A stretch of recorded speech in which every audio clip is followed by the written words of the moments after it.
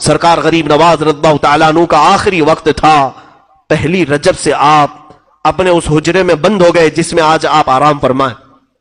جہاں پر آپ کی قبر ہے یہی آپ کا گھر تھا, یہی آپ کی جھونپڑی تھی جس پر گنبد بنا ہے. یہ حجرے کے دروازے آپ نے بند کر لیے. پہلی رجب کو جو گئے دوسری میں باہر نہیں, تیسری میں باہر نہیں, چوتھی میں نہیں, پانچویں میں نہیں, 6 رجب تک دروازہ نہیں کھلا. نہ کوئی پانی باہر سے گیا ہے, نہ کوئی کھانا باہر سے گیا ہے. مریدین انتظار میں تھے کہ شیخ اب نکلیں گے کہ اب تب نکلیں گے.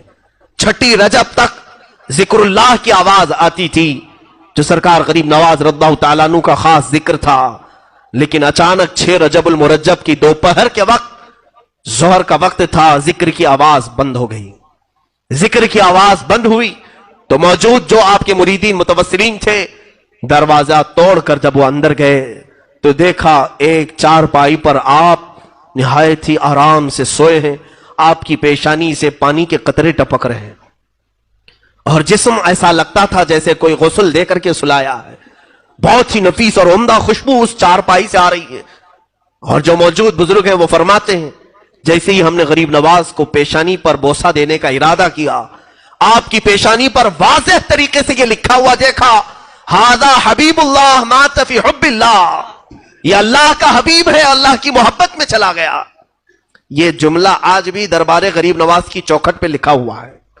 آج جانا تو اس جملے کو دیکھنا کہ غریب نواز کی وفات کے وقت آپ کی پیشانی پر یہ جملہ لکھا ہوا تھا.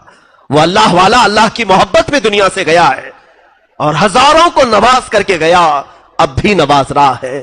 دربار غریب نواز میں ہماری یہ عقیدت قبول ہو جائے. مولا ہم اجمیر پہنچ نہ سکے, اس غریب نواز کے دربار تک ہم غریبوں کی آہیں پہنچا دے, ہمارے سوالات وہاں تک پہنچا دے. اے رب ذوالجلال عطا تو ہی کرتا ہے. دروازہ غریب نواز سے ہم تیری بارگاہ میں سوال کرتے ہیں. آج تیرے اس معین الدین حسن چشتی کا یوم وصال ہے, ان کی شب ششم ہے. مولا اس شب کی برکت سے ہم سب کے دلوں کی اندھیریوں کو دور فرما دے. اس شہنشاہ ہند کے دربار میں حاضر ہیں سنجر کا وہ علاقہ. غریب نواز کے والد گرامی سید غیاث الدین رضی اللہ تعالیٰ عنہ اور ان کی والدہ بی بی ام الورا دونوں حافظ قرآن تھے, دونوں عالم تھے. اور یہ تقریباً 537 ہجری کے قریب کا کچھ واقعہ ہے. سنجر کا علاقہ مشہور تھا, پورے کے پورے علاقے میں جو لوگ رہتے تھے وہ کوئی ایسا نہیں تھا جو تہجد نہ پڑھتا. ایک رات ایسی آئی 13 رجب المرجب, تاریخ یہ بتائی گئی ہے 13 رجب کی تاریخ تھی, اور آسمان پر آدھی رات میں ہی سفیدی ظاہر ہو گئی, اور اتنی سفیدی سی آئی کہ لوگوں کو گمان ہونے لگا کہ صبح صادق ہو چکی. صبح کی سفیدی جیسے نمودار ہوتی ہے, آدھی رات میں ہی سفیدی ظاہر ہوئی تو جس کی آنکھ کھلی وہ بے ساختہ دوڑتا ہوا باہر آیا کہ ہائے میری تہجد قضا ہو گئی.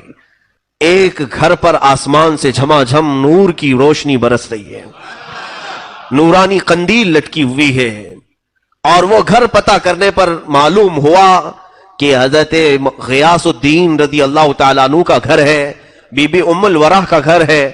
تو کئی تہجد گزار بزرگ وہاں پر جمع ہوئے کہ آدھی رات میں اجالا اور ان کے گھر سے اجالا.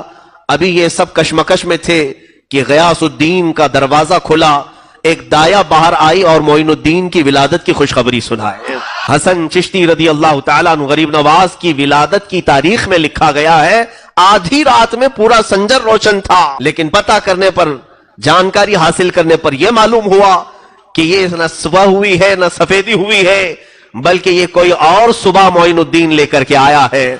کفر کے ظلمات میں, شرک کے اندھیریوں میں معین الدین نام کا ایک چہرہ ایسی سفیدی لایا ہے کہ یہ سفیدی اب وہاں سے نکلی تو ہندوستان میں آئی, اور ہندوستان میں بھی جب وہ آئے تھے یقیناً یہاں بھی بہت اندھیرا چھایا ہوا تھا. کفر کا اندھیرا, شرک کا اندھیرا, جادو کا اندھیرا, بدعات کا اندھیرا, خرافات کا اندھیرا. لیکن جیسے ہی یہ چاند طلوع ہوا انہی اندھیریوں میں خوب 90 لاکھ کو روشن بھی کر